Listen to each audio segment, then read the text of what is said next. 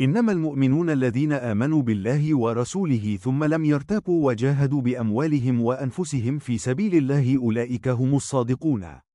قل أتعلمون الله بدينكم والله يعلم ما في السماوات وما في الأرض والله بكل شيء عليم. অর্থ 15 প্রকৃত মুমিন বিশ্বাসী তো তারাই যারা আল্লাহ ও তার রাসূলের প্রতি ঈমান এনেছে, এরপর আর সন্দেহ পোষণ করেনি, আর আল্লাহর পথে তাদের সম্পদ ও জীবন দ্বারা জিহাদ করেছে। তারাই হল সত্যবাদী। 16 বলো হে নবী, তোমরা কি আল্লাহকে তোমাদের দিন ধর্ম বা বিশ্বাস সম্পর্কে জানাতে চাও? অথচ আল্লাহ যা কিছু আকাশমণ্ডলী ও পৃথিবীতে আছে সবই জানেন, আর আল্লাহ সব কিছু সম্পর্কেই মহাজ্ঞানী। এক সারমর্ম। এই আয়াত দুটি প্রকৃত মুমিন বা বিশ্বাসী কারা সেই সংজ্ঞা নির্ধারণ করে। প্রকৃত মুমিন হওয়ার প্রথম শর্ত হল আল্লাহ ও তার রাসূলের প্রতি আন্তরিক বিশ্বাস স্থাপন করা, এরপর সেই বিশ্বাসে কোনরূপ সন্দেহ ইরতিয়াব না থাকা, যা হল দৃঢ়তার প্রতীক। তাদের ঈমানের প্রমাণ হল সম্পদ ও জীবন দিয়ে আল্লাহর পথে সর্বোচ্চ প্রচেষ্টা জিহাদ করা। এই শর্তগুলো পূরণকারী ব্যক্তিরাই সাদিকুন বা সত্যবাদী হিসেবে পরিগণিত।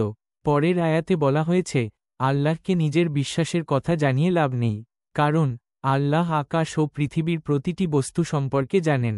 আল্লাহ তার সর্বজ্ঞতা আলিমুন দ্বারা সব কিছুই গভীরভাবে অবগত। 2 সারাংশ। এই সূরাটি একটি মিথ্যা দাবিকে যে তারা মুমিন সংশোধন করে আসল মুমিনের বৈশিষ্ট্য তুলে ধরেছে। বাহ্যিক ঘোষণার পরিবর্তে দৃঢ়তা ও কর্মের মাধ্যমে ঈমান প্রমাণ করতে হবে। ঈমানের ভিত্তি হল অটল বিশ্বাস, সন্দেহের অবকাশ এখানে নেই। জিহাদ আল্লাহর পথে সর্বাত্মক প্রচেষ্টা হল এই বিশ্বাসের সর্বোচ্চ বাস্তবায়ন। যারা এই কাজ করে, কুরআন তাদেরকেই ঈমানের সত্যতার সনদ দিয়েছে। পরের আয়াতে আল্লাহ মানুষের গর্ব বা আত্মপ্রচারকে নাকচ করে দিয়েছেন।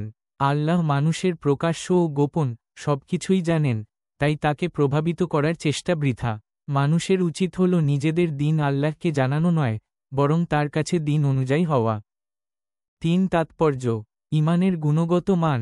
এই আয়াত জোর দেয় যে শুধু মুখে ঈমানের ঘোষণা নয়, দৃঢ়তা ও ত্যাগ হল আসল মানদণ্ড। জিহাদের ব্যাপকতা।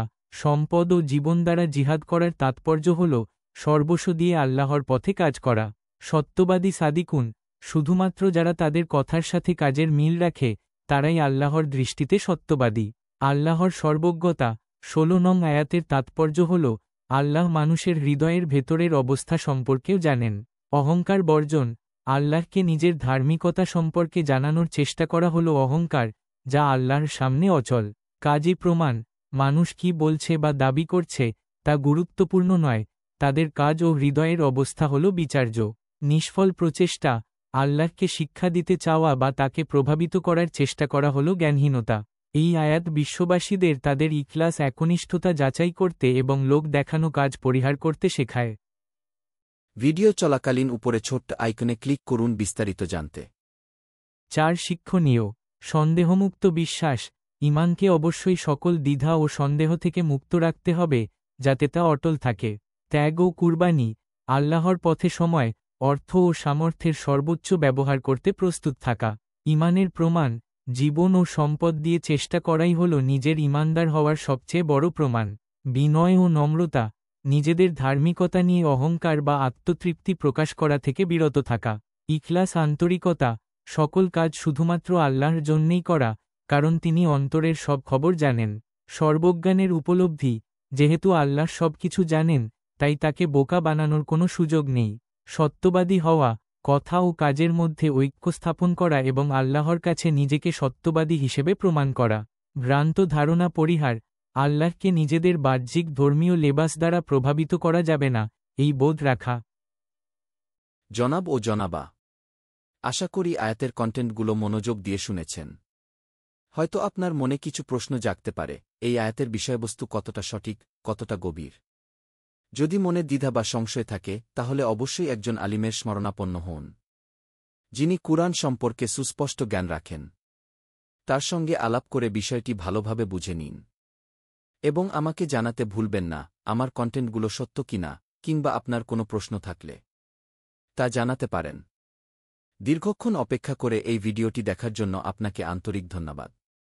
আবার দেখা হবে ইনশাআল্লাহ। ইউটিউবে চোখ রাখুন কি কুরআন থেকে ইসলাম অনুসন্ধানকে চ্যানেলে।